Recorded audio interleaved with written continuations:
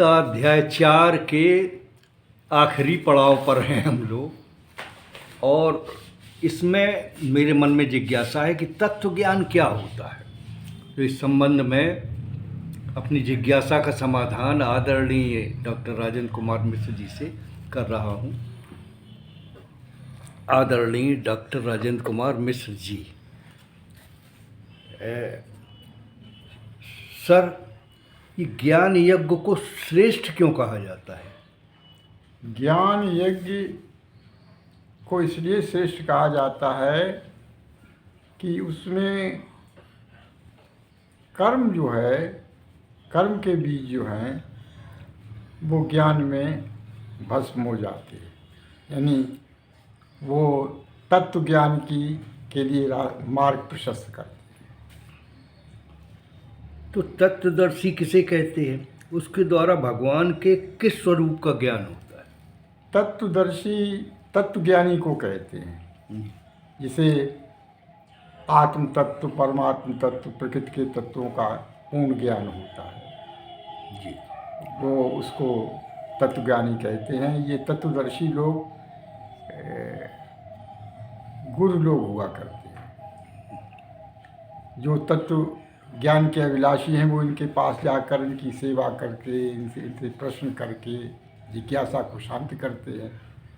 और ये लोग तत्वदर्शी लोग उनको परमात्मा के दो रूपों का दर्शन कराते हैं। एक आत्म रूप, जिसमें सभी आत्मा में सब भूत पदार्थ दिखाई पड़ते हैं, और फिर परमात्म रूप, जिसमें सब भूत पदार्थ दिखाई पड़ती हैं। जी।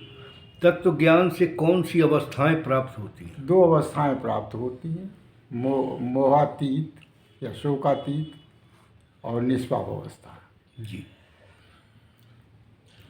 ज्ञान के अग्नि रूप और नौका रूप का क्या अर्थ होता है? ज्ञान का अग्नि रूप है कर्म के बीज को नष्ट करने वाला, भस्म करने वाला, और नौका रूप है कि संसार जो पाप सागर के रूप में होता है, ज्ञान की नौका पे सवार होकर इसको पार करने के लिए। जी। क्या तत्व ज्ञान कर्मयोग से भी प्राप्त किया जा सकता है? हाँ, तत्व ज्ञान कर्मयोग से तो ज़्यादा सरलता से प्राप्त किया जा सकता है। इसमें केवल अंतःकरण को शुद्ध करने की आवश्यकता होती है। विवेकहीन, श्रद्धा रहित तथा संशय युक्त व्यक्ति की क्या गति होती है? देखिए, जिसे विवेक नहीं होता, जिसमें संदेह होता है और ज्ञान होता है, वो लोग जो हैं उनके अंतःकरण शुद्ध नहीं होते। उनके अंतःकरण में स्थित होता है संशय, और संशय जो है वो ज्ञान विज्ञान का विनाश करता है। श्रद्धा से ज्ञान उत्पन्न होता है, और श्रद्धा से जो ज्ञान उत्पन्न होता है वो कर्मयोग का ज्ञान होता है, तत्व ज्ञान होता है। तो संशय से मुक्ति का क्या साधन है?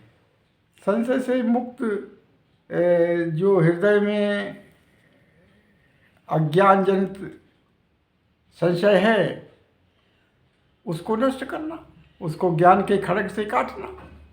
जी। समत्व रूप कर्मयोग क्या है? समभाव में स्थित रह के कर्म करना, न लाभ न हानि, न जय न पराजय का विचार किए जो लोग कर्म करते हैं उनको समत्व योगी कहा जाता है। उसमें उनमें द्वंद्व नहीं होते, उनमें उनकी अवस्था द्वंद्वातीत होती है। तो ये साधन है जिससे कि हम अपने हृदय की शंकाओं को दूर करके मुक्ति को प्राप्त करते हैं। बहुत ही अच्छा। ये तो जो अध्याय 4 तो पूरा समझ में आ गया सरल रूप में, और कर्मयोग का ज्ञान रूप सभी का जो है आनंदमय उत्तर प्राप्त हुआ सरल रूप में। ये कितना बहुत बहुत धन्यवाद आपको।